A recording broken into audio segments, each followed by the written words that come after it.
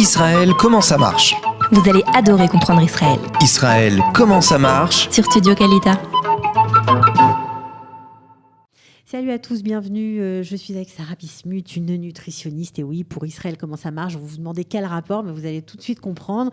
Quand on arrive en Israël, eh bien, on est tenté de manger tout et n'importe quoi, et surtout à n'importe quelle heure.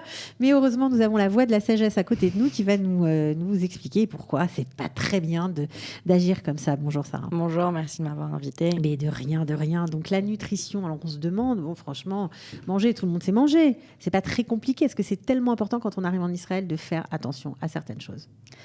Bien sûr. Tout va dépendre essentiellement de notre but. Dans l'idée, ce qu'il faut savoir, c'est que quand on arrive en Israël, on a un changement d'habitude. Okay. Surtout, essentiellement sur la nutrition. Mais en plus, on est hyper content parce qu'on peut tout manger, en tout cas pour ceux qui mangent cachère. Alors justement, il y a la cacheroute qui est déjà super entier. On peut tout acheter pas au même endroit. Exactement. C'est magnifique. On peut manger à toute heure et de tout. Une énorme différence par rapport en France, où en France, les restaurants sont fermés entre 3h et 6h. Donc ça nous oblige déjà, dans un premier temps, pour ceux qui mangent dehors, à avoir des horaires plutôt réguliers pour les repas. En Israël, c'est tout le temps ouvert et de tout. Donc ça, c'est sûr que ce sera un point aussi à faire attention. Okay. Alors, ça veut dire quoi? Pourquoi? Parce qu'on est tenté, on ne respecte plus la règle des 3 repas par jour et on fait n'importe quoi, c'est ça? On prend du poids donc? Alors, il y a plusieurs choses dans ce que vous venez de dire. C'est pas forcément être tenté de manger à n'importe quelle heure, mais c'est plutôt être tenté de ne pas réguler ses journées de façon régulière. C'est-à-dire, si on est au travail... Réguler ses repas. Voilà, si on est au travail et qu'on est en plein dans notre travail... On va pas manger. On va des fois oublier de manger. Et c'est pas très... On va se dire que c'est peut-être pas très grave parce que même si je finis à 3h, je trouverai toujours le petit resto, quelque chose qui sera ouvert et c'est déjà par là qu'on peut commencer. Donc en fait, ce qui est important... Le type que je donnerais pour ce point spécifiquement, ce serait de réguler un minimum ses repas, d'avoir 3 repas essentiels dans sa journée, donc le petit-déj, le déjeuner ainsi que le dîner. Pas forcément fixer des horaires, mais au moins une tranche horaire. Et se dire, si à 2h, j'ai pas encore déjeuné, je fais pause, j'arrête tout et je vais déjeuner. Et ne pas attendre la fin. Non ? Si on saute le repas, je vous laisse imaginer que vous rentrez chez vous et que vous avez une très très grosse faim. Alors ça on connaît ce genre d'habitude, c'est un peu quelque chose de classique. Maintenant, quelque chose de moins classique et plus spécifique à Israël, acheter sa viande, son poisson au supermarché. Voilà. Alors, c'est bien ou c'est pas bien? C'est moins conseillé. D'accord. Ce que je pourrais dire sur ça, c'est que la qualité de la viande aujourd'hui et du poisson qu'on reçoit en supermarché n'est pas de bonne qualité. Ce sont souvent des viandes et des poulets qui ont été avec antibiotiques, donc qui sont traités. Donc ça déjà, c'est rien de naturel. Donc ça, c'est la première chose. Et en plus de ça, c'est souvent congelé. Donc forcément, ça a passé des tahalichim, donc des processus alimentaires. Vous êtes plutôt pour prôner l'achat des denrées de base, on va dire, au marché, par exemple. Complètement. Que ce soit au marché ou en boucherie, poissonnerie, faut trouver et aller et acheter ces ingrédients là-bas. C'est de meilleure qualité. Et ça ressemble plus, en plus de ça, à ce que vous connaissez en France. D'accord, c'est juste un peu plus cher, mais finalement, ça vaut le coup. Ça vaut le coup. Pour vous, ça vaut le coup.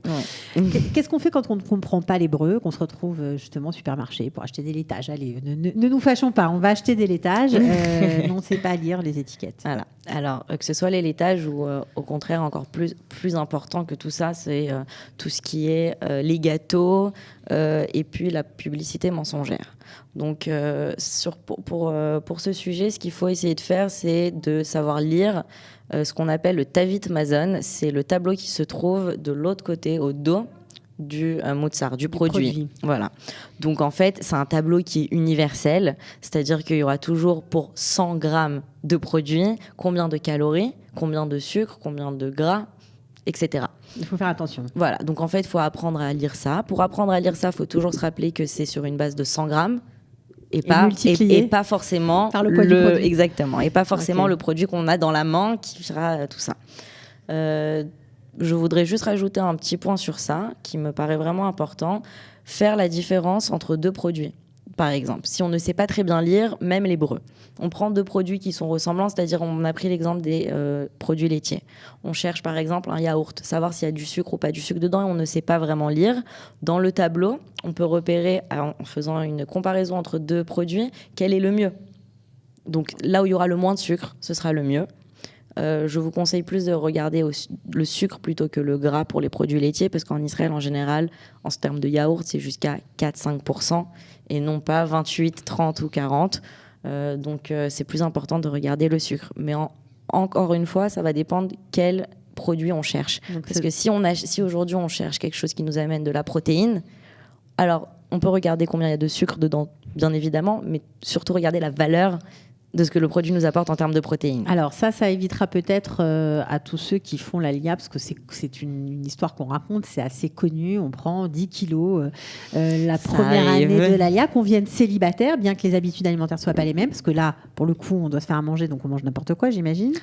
On a la flemme un peu. On a souvent moins tendance à cuisiner quand c'est que pour nous-mêmes et non pas pour une famille ou pour un couple, c'est vrai. Mais est-ce que dans les familles, ça grossit aussi ? Alors, dans les familles, ce qu'on voit souvent, c'est soit un manque de contrôle, entre guillemets, sur les repas à la maison et les enfants, surtout. Gérer les enfants, c'est-à-dire leur apprendre une nouvelle hygiène de vie, puisque c'est quand même assez différent de ce qu'ils ont l'habitude de vivre en France. Parce que là, ils peuvent sortir, manger des shawarma, des pizzas, des falafels toute la journée. Exactement. Il n'y a aucun problème. Il y a un bon point, par contre, quand même, en Israël, c'est que les légumes, on en mange tout le temps. On voit souvent des enfants avec un petit sachet de tomates, concombres, poivrons, etc. Et c'est leur goûter, on peut même dire. Chose qu'on voit très rarement en France. Et l'eau. On boit beaucoup d'eau ici, et pas que parce qu'il fait chaud, mais parce que c'est vraiment dans la culture. On voit les enfants, dès le gagne, ils ont les petites bouteilles d'eau et les maîtresses leur demandent de boire. Et ça va nous suivre jusqu'à l'université et même notre travail. Et ça, c'est une très, très bonne habitude à prendre à adopter. Exactement. Et c'est quelque chose qui a été pour moi un énorme changement quand je suis arrivée en Israël. Je ne buvais pas d'eau forcément ni à l'école ni à la maison. Et là, vous êtes adapté à votre nouveau pays. Il faut prendre les bonnes choses là où elles sont. Alors, juste avant de parler de ce qui se passe quand on se rééduque, quand on a subi une opération chirurgicale, parce que vous faites aussi ce genre de travail, je voudrais qu'on revienne au pain. On dit souvent que le pain en Israël n'est pas bon pour la santé. Alors, pourquoi ? Il y a plusieurs raisons de pourquoi on dit ça, mais ce qui est intéressant, c'est de vous expliquer qu'en est-il vraiment du pain. En France, on mange essentiellement de la baguette. Donc, en général, dans la baguette, il n'y a pas de sucre. De l'eau, du sel et de la farine. Okay. En Israël, on va avoir peu de baguettes et beaucoup de pain industriel ou pas. Mais il y a peu de baguettes. Ce qui veut dire que la plupart des pains contiennent du sucre. Donc, en fait, le pain n'est pas du tout un problème en Israël à partir du moment où on fait un bon choix au supermarché ou ailleurs et regardez qu'ils ne contiennent pas de sucre. Donc, vous avez soit un petit symbole des Efshari Bari, c'est le signe des diabétiques. Donc on sait que quand il y a ce signe dessus, il n'y aura pas de sucre ajouté et il est sain et on peut le prendre. Donc je vous conseille. Je crois que c'est une petite étoile rouge. Voilà. Oui, c'est un sigle rouge, rouge et bleu. Okay. Exactement. Donc ça c'est la première chose. On peut se repérer avec ça. Ou tout simplement prendre un produit où il y a écrit les lotosefet soukar, donc sans sucre ajouté. Et ça a un intérêt à toutes les révrotes d'écrire cette phrase si le pain ne contient pas de sucre. D'accord. Alors juste avant de nous séparer, je voudrais qu'on revienne sur une opération qui est très en vogue en Europe et aussi en Israël. Lorsqu'on veut perdre du poids, parfois pour des raisons médicales, parfois pour des raisons d'esthétique, ça dépend des gens. Donc c'est le fameux bypass. Oui, on en a plusieurs en effet des opérations pour arriver à notre objectif.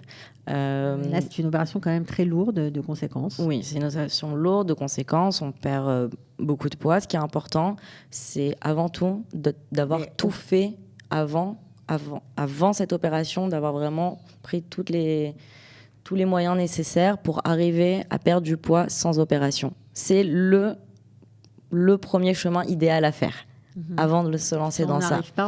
Si on n'arrive pas, il faut absolument avoir commencé avec une nutritionniste, avoir été suffisamment de temps avec elle en Maakav, donc en suivi. Et vraiment, dans certains cas, ça va être conseillé, mais pas dans tous les cas. Et surtout, ce n'est pas une solution miracle. Puisque, en fait, exactement, tous nos petits démons qui ont fait qu'on n'a pas réussi à atteindre notre poids sont toujours là si on ne les traite pas. C'est seulement notre estomac, nos intestins qui ont été coupés. Mais il y a quand même beaucoup de psychologie derrière et c'est important de s'en occuper. À ça, je voudrais justement rajouter quelque chose par rapport au sujet juste avant, la junk food. En Israël, c'est très, très, très, très, très courant. Comme on l'a dit, c'est accessible à n'importe quelle heure. Donc voilà, j'aimerais juste vous passer un petit message pour ceux qui nous écoutent quand même. Les shawarma et les falafels, c'est typiquement israélien, c'est très bon et c'est pas si mauvais que ça pour la santé. Tout dépend combien on en consomme. Voilà, combien on en consomme et à quel moment. Donc en fait, essayez de limiter à 1 fois par semaine, 10 jours, 2 semaines et profitez de ce moment où vraiment vous profitez d'un bon shawarma avec de la trina, une bonne pita. Ça fait aussi plaisir et c'est important de... À condition de ne pas en abuser, quoi. Voilà, exactement. Voilà. Bon, alors on espère que vous ne prendrez pas au moins 10 kilos la première année de votre alia. Vous ferez attention. En tout cas, on pourra suivre les conseils de Sarah Bismuth. Merci d'être venue. Merci à vous. Et bon courage, voilà. Merci bon courage dans tout ce que vous entreprenez. Et Merci. si vous avez un nouveau projet, quelque chose, vous pouvez venir nous voir. On en parlera avec plaisir. C'est en cours, avec plaisir. Ciao, ciao. Merci. Israël, comment ça marche? Vous allez adorer comprendre Israël. Israël, comment ça marche? Sur Studio Kalita.